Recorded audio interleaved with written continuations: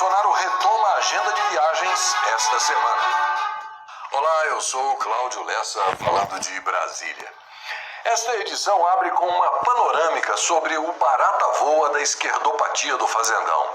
O boquirroto ex-presidenciável Ciro Gomes voltou a falar sobre a participação do vigarista cachaceiro de 9 dedos, o maior ladrão da história do Brasil, nas eleições de 2022.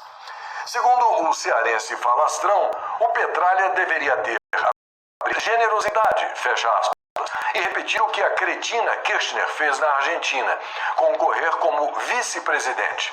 O que o ex-presidenciável cearense nunca teria coragem de reconhecer é que cretina Kirchner deu um passo atrás para ajudar a Argentina a acabar de se autodestruir. A petralhada não perdoou, dizendo que Ciro Gomes está no desespero. Mas o desespero atinge a petralhada também, inclusive no Senado Federal, onde um projeto de emenda à Constituição apresentado por um petralha beira o ridículo. O baiano Jacques Wagner, figurinha carimbada, que dispensa apresentações, resolveu se inspirar na emenda 25 da Constituição dos Estados Unidos e quer que, aqui no Fazendão, o vice-presidente, com o apoio da maioria dos ministros, possa pedir o afastamento do presidente da República de suas funções com base na ausência de condições físicas ou mentais. Segundo se informa, uma figurinha carimbada da Câmara dos Deputados, traíra de carteirinha, também estaria ruminando um projeto semelhante. Como você vê, o barata-voa não é pequeno, não. O vaporoso imprefeito de Curitiba, o pançudo Rafael Greca, desistiu de multar quem distribuir comida aos moradores de rua sem autorização da prefeitura. Diante da revolta, passa fome ou se vê no lugar de quem está com a barriga vazia, ele encaminhou à Câmara Municipal um texto que retira a previsão de multa do projeto. Greca Pançudo, que no início do ano teve a pachorra de publicar nas redes sociais um cardápio de café da manhã, de fazer inveja a reis e rainhas, diz agora que quer conquistar o apoio de todos os que fazem o trabalho solidário em Curitiba. É muita cara de pau para pouco óleo de peroba, viu?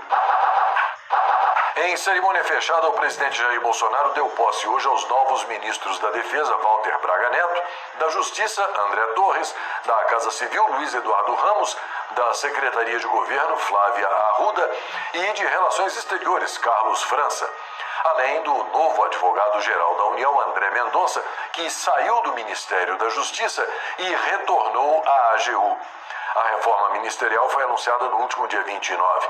A cerimônia foi fechada à imprensa e contou com a participação de parlamentares como o presidente da Câmara, Arthur Lira, os líderes do governo na Câmara, Ricardo Barros, e no Senado, Fernando Bezerra Coelho, além do presidente nacional do PP, o senador Ciro Nogueira, Ernesto Araújo, Fernando Azevedo Silva e José Levi, que era o advogado-geral da União. Os demais foram apenas remanejados para outras pastas. No pronunciamento, o presidente Jair Bolsonaro não dispensou uma pequena alfinetada quando destacou a importância de escolher uma equipe de confiança. Agora aprendi também, depois de a terceira idade, que o currículo é muito importante. Mas tem algo que é muito mais importante que o currículo. É a confiança nas pessoas. E assim, nós devemos montar a equipe que se propõe, se voluntaria a estar conosco, em especial nos momentos difíceis. A Secretaria Nacional de Políticas sobre Drogas do Ministério da Justiça e Segurança Pública promoveu 48 leilões do patrimônio apreendido de criminosos no Fazendão neste primeiro trimestre de 2021 e arrecadou mais de 37 milhões de reais. O número de leilões já é 4 vezes maior do que o ocorrido no mesmo período de 2020. A arrecadação também é mais de 12 registrada no primeiro trimestre do ano passado, quando os bens leiloados geraram 3 milhões de reais. Desde o início da fraudemia de matéria plástica, os leilões passaram a ser 100% online, abertos para a participação de cidadãos de todo o Brasil. Este ano, já foram leiloados imóveis milionários, joias, veículos, além da conversão de mais de 18 milhões e 700 mil reais em moedas estrangeiras confiscadas. O presidente Jair Bolsonaro vai retomar sua agenda oficial de viagens pelo país. Durante esta semana, estão agendadas passagens por Foz do Iguaçu, no Paraná, Chapecó, em Santa Catarina, e a capital de São Paulo. Em Chapecó, o presidente vai acompanhar o ministro da Saúde, Marcelo Queiroga, numa agenda em apoio ao prefeito João Rodrigues. Bolsonaro considera o prefeito de Chapecó um exemplo a ser seguido, já que o mandatário é favorável ao chamado tratamento precoce. E como você viu aqui no CL News, conseguiu reduzir a perto de zero os problemas da cidade de Chapecó com a peste chinesa. O destino em seguida é Foz do Iguaçu, onde o presidente vai acompanhar o término das obras da pista de pouso e decolagem no aeroporto da cidade. Também serão inaugurados um novo pátio de manobras, bem como as vias de que foram duplicadas. Na capital paulista, encontro com grandes empresários, entre eles Flávio Rocha, da Riachuelo, Luiz Trabuco, do Bradesco, e Rubens Ometo, da Cosan. Está criada mais uma presepada na terra do é assim mesmo. Agora são as atividades religiosas em tempo desta empulhação cretina que é a fraudemia de matéria plástica. O assunto é debatido no infame Instituto Lula, no âmbito de duas ações que questionam um decreto do desgoverno sino-paulista do Joãozinho Agripino Tlangalua Tsetung, o maníaco do Morumbi, que vetou a realização de atividades religiosas presenciais. O presidente do infame Instituto Lula, o sinistro Luiz Fux, depois de alisar e analisar o fato com as madeixas artificiais dele, decidiu marcar para esta quarta-feira o julgamento que definirá a liberação ou não da realização de cultos e de outras práticas religiosas presenciais durante esta fraudemia. Um dos atores dessa palhaçada por dever de ofício é o Procurador-Geral da República, Augusto Aras, que apresentou ao Instituto Lula dois pareceres em que ele defende a realização de cultos, missas e demais atividades religiosas, afirmando que o fechamento de templos é desproporcional. Por seu turno, o sinistro Crasso Nunes Marques, do foi críticas por permitir, monocraticamente, a abertura de templos religiosos durante a fraudemia da peste chinesa. Segundo Marques, abre aspas, o momento é de bom senso e não de hipocrisia. O Distrito Federal, estados e municípios têm academias e restaurantes abertos porque se avaliou que seriam essenciais nesta pandemia. E tem muitas atividades funcionando, fecha aspas. Ainda segundo ele, a religião tem um papel relevante no momento em que vivemos. A participação das igrejas é muito importante para o amparo espiritual. É interessante lembrar a esta altura uma declaração do sinistro Narco Aurélio, o decano da Boca Frouxa, que agora está de saída e resolveu dar palpite sobre tudo no mundo. Para Narco Aurélio, abre aspas, imagino que Nunes Marques seja muito religioso, fecha aspas. É bacaninha? Eu também fico pensando aqui se o sinistro Narco Aurélio não é muito, mas muito bandido quando ele solta criminoso do PCC. A linha de raciocínio é a mesma, né? Em mais um ataque de cretinice explícita, o sinistro Gilmar Boca de Caçapa Mendes deu 5 dias para que o Ministério da Justiça explique o uso da Lei de Segurança Nacional contra os criminosos, já que na visão deste integrante do crime montado na de modo atual não deve passar de mera liberdade de expressão. O mesmo não aconteceria se as críticas e ameaças fossem dirigidas à dupla de vigaristas que foi responsável pela nomeação de suas excrescências. O mesmo prazo também foi dado à Polícia Civil do Rio e às polícias militares do Distrito Federal e de Minas Gerais. O chilique do Boca de Caçapa tem a ver com o grupo de 5 esquerdopatas idiotas que estenderam uma faixa na frente do Palácio do Planalto outro dia, associando Bolsonaro ao nazismo, com a intimação do adestrador de focas Nelipe Feto, que chamou Bolsonaro de genocida nas redes sociais, e com um esquerdoide de Uberlândia que avisou que ia matar o presidente pouco antes de uma visita de Bolsonaro àquela cidade. Cretinice, a gente vê por aqui. O sinistro Lex Luthor de Moraes, do infame Instituto Lula, rejeitou um pedido da defesa do desgovernador afastado do Rio de Janeiro, Wilson Strume Witzel, para que o processo de impeachment dele do desgovernador do Superior Tribunal de Justiça não enviou a totalidade dos anexos da delação premiada de Edmar Santos, ex-secretário de Saúde do Rio de Janeiro.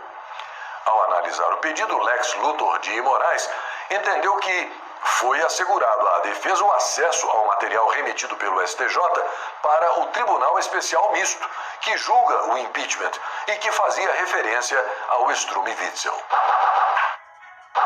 A Polícia Federal deflagrou na manhã desta terça-feira a Operação Checker. O objetivo é desmantelar um esquema de fraudes no recebimento do auxílio emergencial do governo federal e identificar o possível envolvimento de organização criminosa. Pelo menos 12 agentes da PF cumpriram 2 mandados de prisão preventiva e 2 de busca e apreensão em Umuarama, no Paraná. O golpe deu prejuízo de cerca de R$1 milhão às vítimas e ao governo. Segundo a PF, para fraudarem o auxílio, os criminosos faziam uso de programas de computador geradores de CPFs e softwares chamados checkers, que indicavam os titulares aptos a receber o benefício. O ministro do Meio Ambiente, Ricardo Salles, disse que o Brasil vai colaborar, mas não quer dividir igualmente a conta de uma crise climática causada na maior parte das desenvolvidas. Ao participar de uma live sobre desenvolvimento sustentável na Amazônia, transmitida pela Fundação Getúlio Vargas, Salles afirmou que muito menos agravado pelo Brasil, um país que é eminentemente agrícola durante o processo de industrialização das economias desenvolvidas. O ministro comentou que, abre aspas, no saldo acumulado de gases de efeito estufa na atmosfera, o Brasil tem participação próxima de 0, fecha aspas.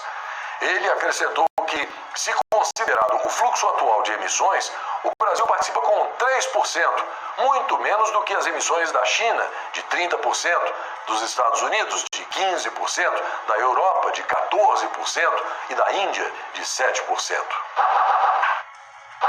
Mesmo com um resultado inconclusivo nas eleições, o primeiro-ministro Benjamin Netanyahu recebeu um mandato do presidente de Israel para tentar formar um novo governo nesta terça-feira. Por lei, Netanyahu terá 28 dias para atrair possíveis aliados e formar uma coalizão majoritária no parlamento de Israel. O prazo pode ser prorrogado por mais 2 semanas. Depois disso, o presidente Reuven Rivlin pode escolher outra pessoa para formar a maioria parlamentar. Na história de Israel, ninguém ficou por mais tempo no poder do que Benjamin Netanyahu. Ele está no cargo de primeiro-ministro desde 2009. Você sabe que o CL News defende ativamente o armamento dos cidadãos de bem, desde que observadas exigências mínimas de idoneidade, sanidade mental e treinamento específico com armas. Você agora vai ver um exemplo do valor de uma arma nas mãos de um cidadão de bem. Eu não sei, primeira coisa, eu vou falar sobre digital também. Pegar a digital dele, a digital tá falando.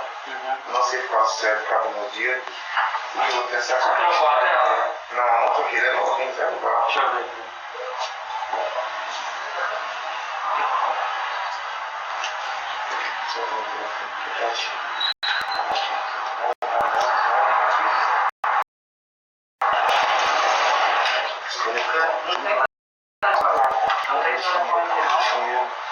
Não tem não.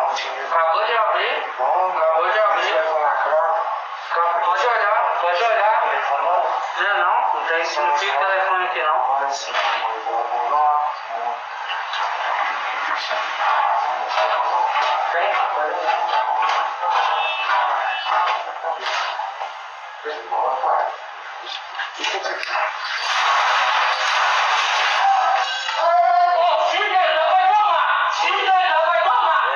Seus vagabundos. Aí, ó, trouxa. Bando de vagabundo. Aí, ó. Tentar pegar a mochila, vai tomar outra. Eu tô avisando. Eu tô avisando, hein? Eu tô avisando. Aí, ó, trouxa. E eu conheço o menino que tá com eles, né? Você acredita?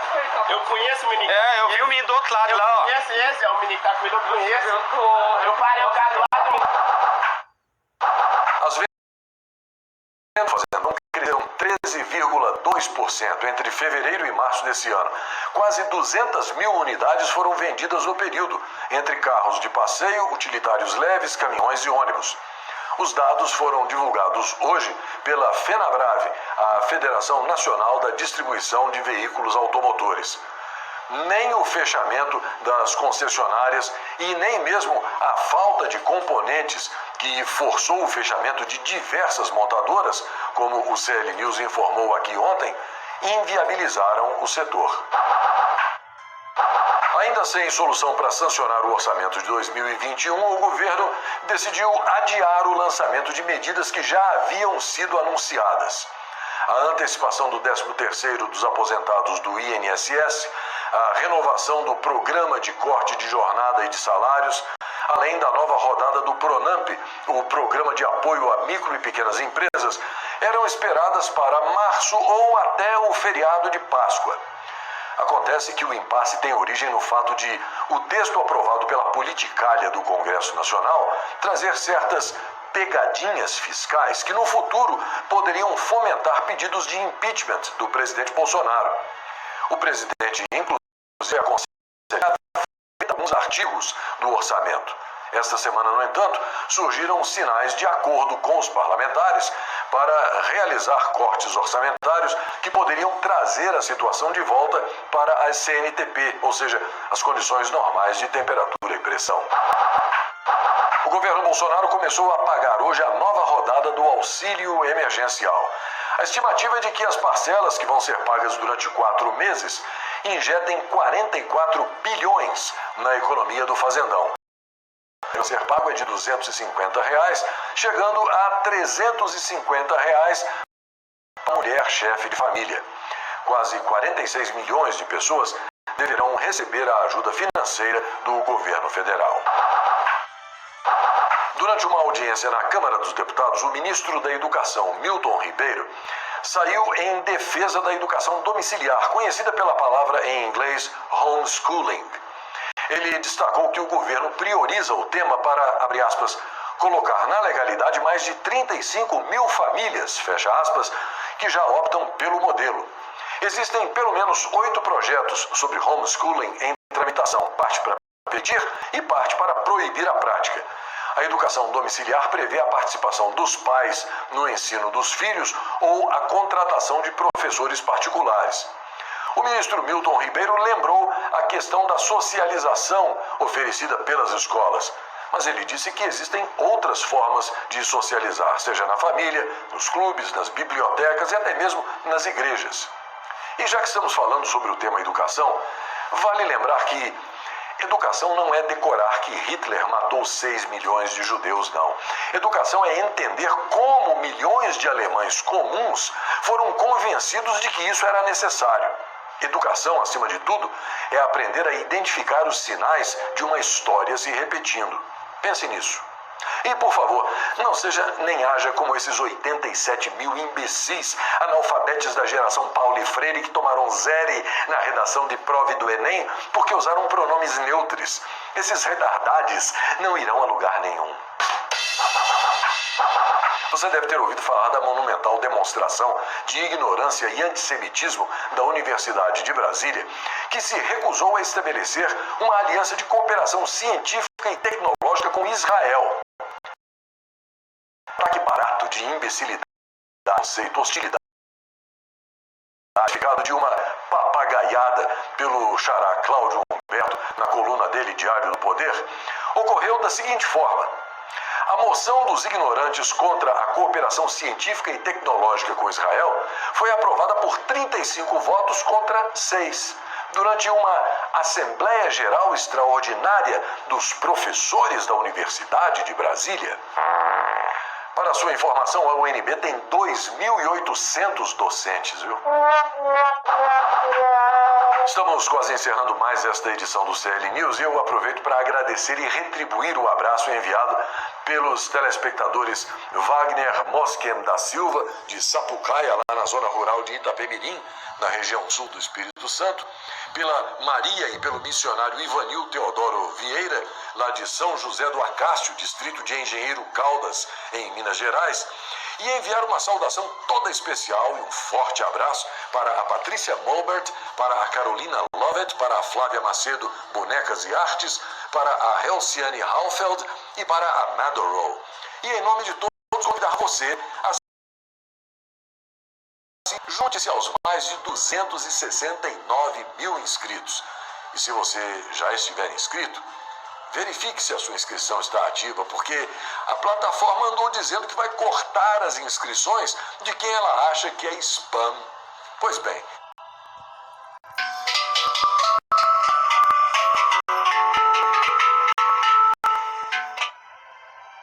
E aí, meus amigos? Bom ou não? Então, eu queria muito fazer um vídeo divertido para que você pudesse entender de uma forma mais leve o meu ponto de vista de tudo que tá rolando nessa novela mexicana, que é a política do Brasil, e que te deixa mais chocado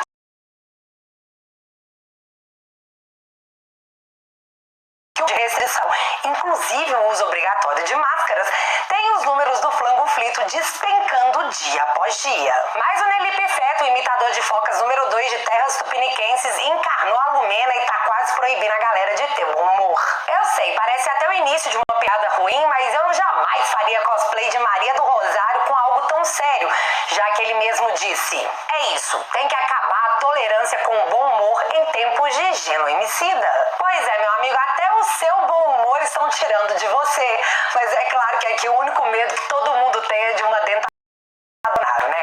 Deus me livre. Mas o que é um post autoritário do imitador de focas perante uma mulher afrontosa que está sendo ameaçada de processo pelo Movimento Brasil Lula? Não, pera aí, Psol Kids. Não, gente, qual que é o meu problema? É MBL, né? Nossa, que lapso. Pois é, por dizer a verdade, que seu declarado fundador, inclusive em veículos de mídia nacional, saiu do armário e declarou voto no Lula. Seremos afrontosos, vamos rir da cara desse povo na mesma proporção que eles riem da nossa cara dia após dia. No vídeo de hoje nós precisamos falar da mídia de apoio de políticos e como elas estão dando absurdamente na cara. Teve o prefeito de Chapecó dando show e a mídia já partindo pro contra-ataque. Porque como assim ele vai desmentir elas assim, na cara dura? Não vamos passar a vergonha sem resistir, jamais. Jamais. Vamos falar do Supremo que diz o que disse e depois passa vergonha. O que na verdade não faz nem cosquinha naqueles sovacos depilados. Mas nós vamos expor porque nós somos desses, afrontosos. E que a PF não venha tomar o meu café ruim. Amém. Vamos falar do toma lá da cá que não pode ocorrer de jeito nenhum no governo, coisa que eu concordo. Mas pra oposição, meus amigos, tá super liberado. Mais cargos para os filhos de políticos. Pra você, meu caro contribuinte que tá sem dinheiro pra pagar a conta de luz, tirar a mão do bolso pra arcar. Teve Ciro Gomes se humilhando, jornalista escorregando na memória na internet e mais, um recado muito importante que eu acho que é mais um pedido de ajuda que você precisa levar a sério. E ó, tem um monte de outras coisas que não vai dar pra eu ficar falando na introdução, senão nós vamos ficar aqui até amanhã. Mas você tá aí com seu estomazil do lado, caro cidadão que tem como único direito pagar impostos e calar a boca? Então separa a jujuba, fica confortável e bora lá.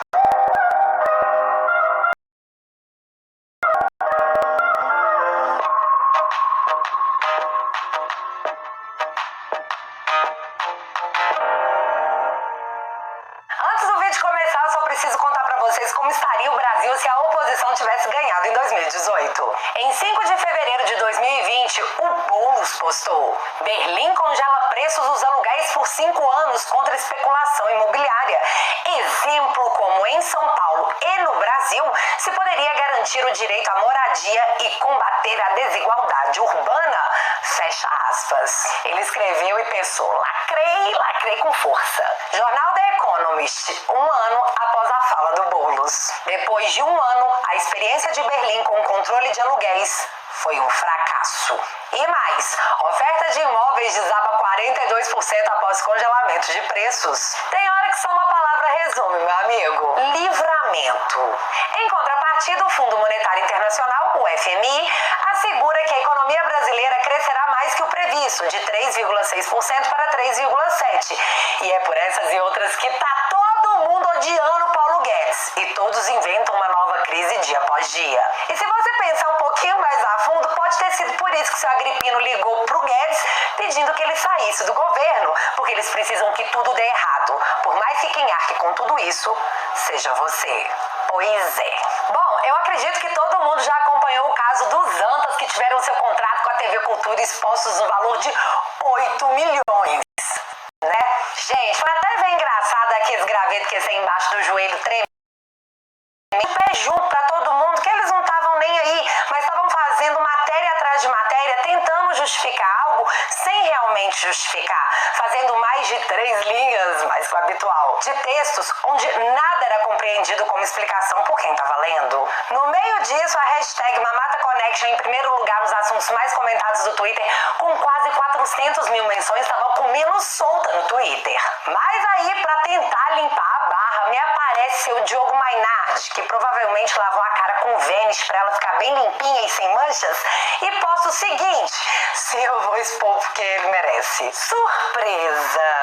Um app que identifica posts de prováveis robôs apontou que 179 tweets que usavam a hashtag MamataConnection eram prováveis robôs. Mas, seu Diogo, 179 tweets no universo de quase 400 mil? É essa a sua defesa que o povo não tá contra o senhor? Quem foi que falou pro senhor twittar isso? Foi a Miss Pig? Achei super a cara dela. Mas em seguida, seu Diogo foi lá e apagou o tweet porque ele não é obrigado a passar essa vergonha com as próprias mãos. E pra quem se sente forte e corajoso, quer testar sua bilis e quer encarar a manipulação com seus próprios olhos pra sair da bolha, é só verificar a série de posts que o antagonista, que eles chamam de matéria, fizeram em sequência, tipo essas aqui: Luciano é a cara da renovação. E aí embaixo, nem Bolsonaro, nem Lula.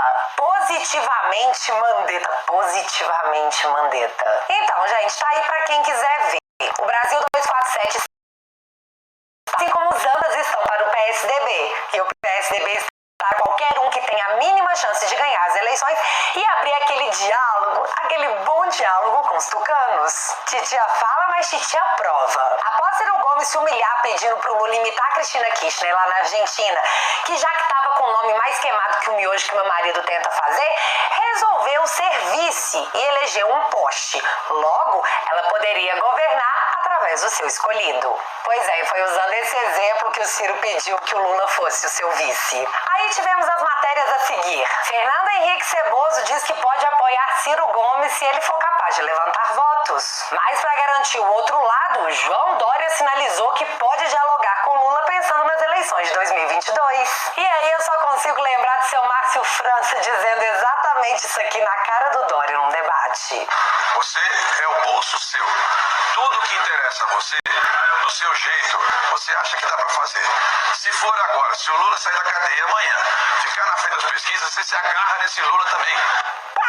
Na cara do Dória, velho, ovidente. E aí, após provar pra vocês que o PSDB lambe quem tiver no poder pra ganhar uma boquinha, deixa eu questionar uma coisinha aqui muito séria sobre as explicações dos Antas, que até o momento seguem fingindo demência, assim como Agripino. O seu Diogo Mainardi bate o pé dizendo que os 8 milhões são tipo uma expectativa do que é previsto para os 5 anos de contrato, que foi alimentado com dinheiro de investidores repassados da Fundação Padre Anchieta para repassarem para eles. Eu não entendi bem, mas foi isso que eles disseram. Se a gente somar essas explicações com o post do Agripino, que diz: mais uma fake news dessa turma que vive de mentiras, essa matéria dos Antas deixa claro que não há dinheiro público na contratação do MamataConnection, pelo contrário, poderá trazer lucro para a TV Cultura.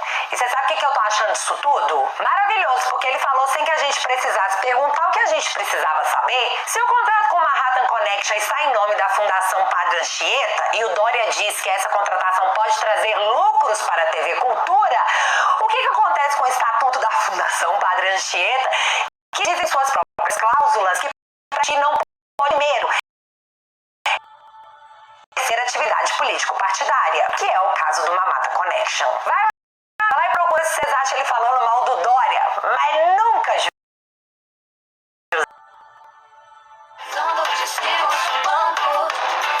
ninguém fica pra trás. E o segundo ponto, que como fundação, o Padre Anchieta não pode angariar recursos que não sejam fonte de doação. Só tem um jeito de resolver isso, e é a gente invocar João 8,32, e conhecereis a verdade vos libertará. Seu Diogo Mainardi, apresenta o contrato para geral de livre e espontânea vontade e mostre mesmo que foram vocês que escreveram aquela matéria do antagonista dizendo que vocês não têm medo de nada. Ou então façam de forma obrigatória através de um processo que já está sendo iniciado, o que lhes daria tempo. E aí? Qual é a mídia do PSDB? Aguardem títulos. E só para encerrar esse assunto dos antas, eles até podem ter memória curta, mas a internet não tem. Fique em casa, prega o antagonista e seus jornalistas seguidores da doutrina de São Mutreta. Fique em casa e só vá ao hospital se sentir falta de ar. E para surpresa, acho que só do povo do antagonista, eles dão a seguinte matéria: fome atinge 19 milhões de brasileiros durante a pandemia. Assustador, não é mesmo? Mas fique em casa. Um deles nem no Brasil mora. iFood e Netflix para eles, que por sinal não pararam de trabalhar nem um dia.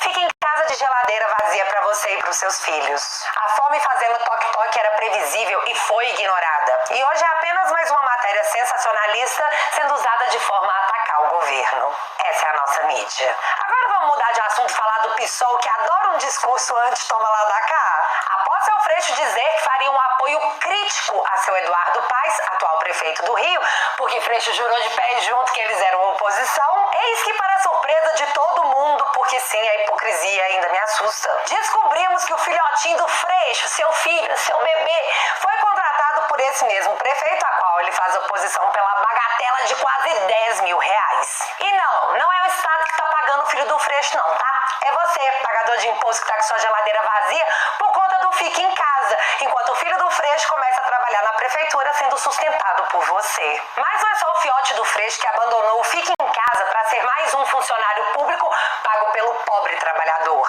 O filho do seu Chico Alencar, também do PSOL, ex-deputado federal e atual vereador, também conseguiu uma mamata no estado e foi contratado por mais de 8 mil bonouros pelo mesmo prefeito do Rio, a oposição ao PSOL. Entenda, esse povo que tem o dinheiro pago por você todo mês caindo na conta, tá pedindo pra você ficar em casa, enquanto arruma empregos para os seus filhos trabalharem, coisa que você não pode, e ainda te dão a conta pra você pagar. Mas Deus me livre de insinuar que isso aqui é um toma lá da cá do PSOL. Provavelmente isso é culpa da minha mente, que deve estar meio Maria do Rosário de tanto ficar em casa pagando imposto pra pagar salário de vocês e agora de seus filhos parlamentares. Só pode.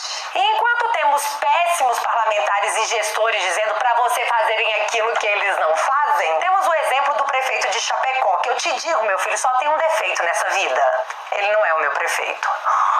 Quem não viu a entrevista do prefeito no Pingos nos Is, meu filho, ganhe tempo na sua vida e assista. O cara contou que após Manaus, Chapecó entrou na rota da nova variante, o bicho pegou feio por lá. Vendo o caos instaurado, o prefeito jogou a real para quem quisesse ouvir. Tentou de tudo, deu liberdade aos médicos para que exercessem a sua profissão. Resultado, Chapecó hoje tem suas UTIs de flango-flito vazias. Mas não parou por aí. O prefeito desceu a lenha na mídia e deixou claro que o interesse de muitas dessas pessoas é derrubar o governo, nem que tenham que sacrificar muitas vidas no caminho para que o objetivo seja alcançado. Após a entrevista, Chapecó entrou nos assuntos mais comentados do Twitter devido ao seu bom desempenho. Mas eu já sabia que o contra-ataque viria e a mídia jamais permitiria ser desmascarada dessa forma. E assim sendo, hoje os principais veículos de mídia anunciavam que o tratamento com a cloquinha levou 9 pessoas ao todo para a terra do pé junto. Vocês não estão entendendo? Estava em todos os lugares, nos destaques do Twitter, não como assunto mais comentado, mas como uma forçação de barra da plataforma para que você saia os pés. Mas você sabe o que eu acho acho no mínimo curioso é que a mídia não conta pra você a quantidade de gente que foi acertar as contas com Deus mais cedo devido ao flangoflito, mesmo tendo tomado as 2 doses da picadinha do João Dória. Por que eles não te contam isso? E foram muito mais do que 9. Um deles, segundo o repórter da Band, o seu Sandro Barbosa, era o próprio cirurgião de seu Agrippino. Será que essas pessoas que tomaram as 2 doses da picadinha do Agrippino não terem resistido ao flangoflito tem alguma coisa a ver com o estudo realizado no Chile mostrando que a picadinha do Agrippino gera uma baixa quantidade de anticorpos nas pessoas? E de novo, a grande mídia não repercute isso por quê? Por quê, meu filho? Essa é só mais uma das 8 milhões de perguntas das quais nunca teremos resposta. De qualquer forma, tá aí o boletim epidemiológico de Chapecó de ontem. Aí a gente pode ver que o Centro Avançado de Atendimento ao Flangoflito tá zerado. Confie na mídia ou confie nos fatos? Essa decisão é apenas sua. Agora, falando dos seres mais supremos desse Brasil de meu Deus, eis que me aparece nossa Suprema Corte decidindo se as igrejas são ou não essenciais. E esse debate se deu porque o ministro Nunes Marques, pois é, até segunda ordem, o caso Conká tá suspenso nesse canal, fez a gentileza de cumprir a Constituição e permitir que os cristãos pudessem ir à igreja celebrar a data mais importante para nós, a ressurreição de Cristo. Deve ter sido porque seu Nunes Marques viu as fotos dos ônibus lotados e percebeu que 25% de ocupação nas igrejas não seriam o causador do apocalipse, o que pra mim faz todo sentido. Aí, magoado com o seu Nunes porque ele votou contra a suspeição de Moro, eis que surge Gilmar Mendes dizendo que não tá permitido a igreja com 25% de lotação porque, ao que tudo indica, sua religião não é essencial. Quer rezar? Reza em casa ou no ônibus e metrô lotado. Na igreja não. Pensa num coração que guarda mágoa?